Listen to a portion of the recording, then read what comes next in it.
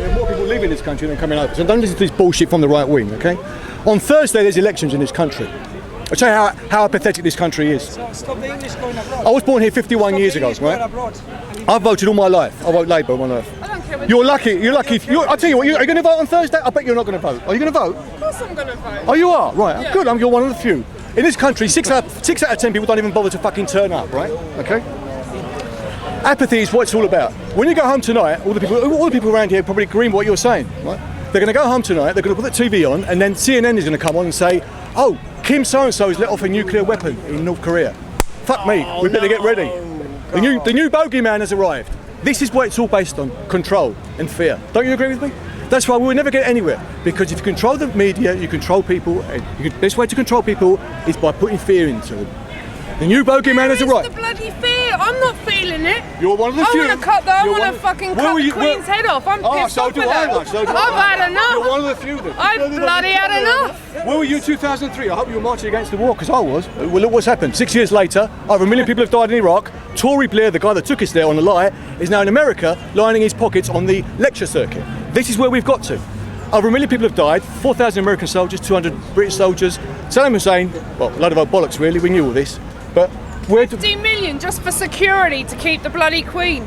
My that's the God, Queen as then well. we've got to clothe her, we've got to feed her. So basically, Now we've got to keep the apathy. If you bitch put warm. apathy into the population, why don't everyone turn up on Thursday to vote? Turn to this question which was raised earlier on, isn't it? It's just reflected in another way.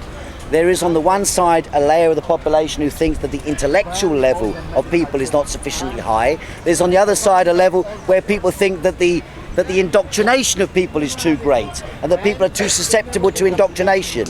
In general, normally, people are subject to indoctrination. In general, people are not raising themselves up to challenge the existing order. But capitalism, because it's incapable of developing the society and incorporating the needs and aspirations and hopes of the population over the long term, leads people to question. And for that reason, I don't believe that the television, the media, are able to manipulate the people the way they would like to. Most people do not believe the media, do not believe what they're told in the newspapers. Or that. They're all evil fucking Jews.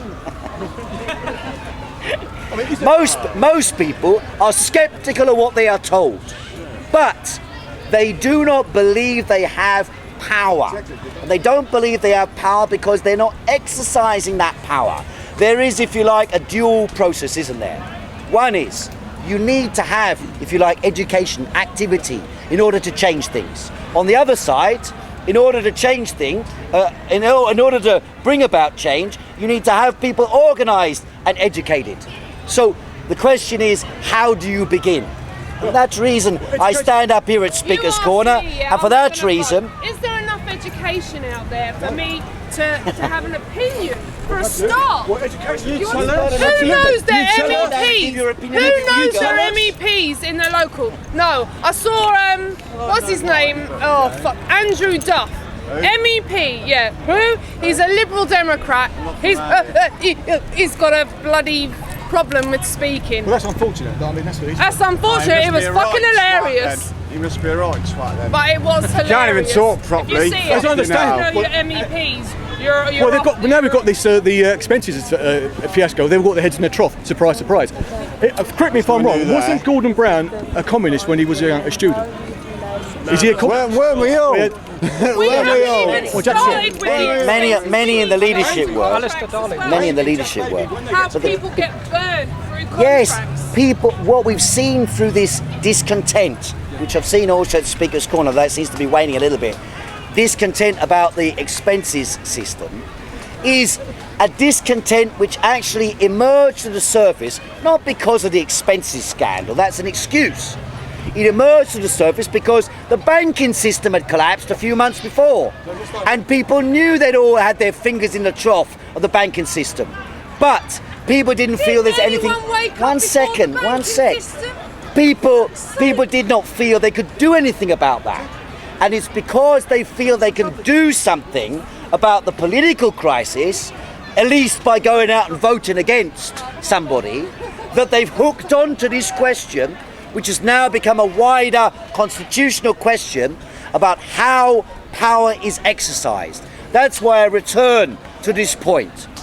Public ownership of the banks and major industries, the 150 biggest companies, and then democratic control thereof, whereby the management of these companies is elected by the population, where the government is elected by the population to manage the companies on behalf of society, where they're elected and recallable at any time and receive no more than the average wage of a worker, so that real democratic accountability and control is exercised not only over Parliament, but over the structure of the economy itself.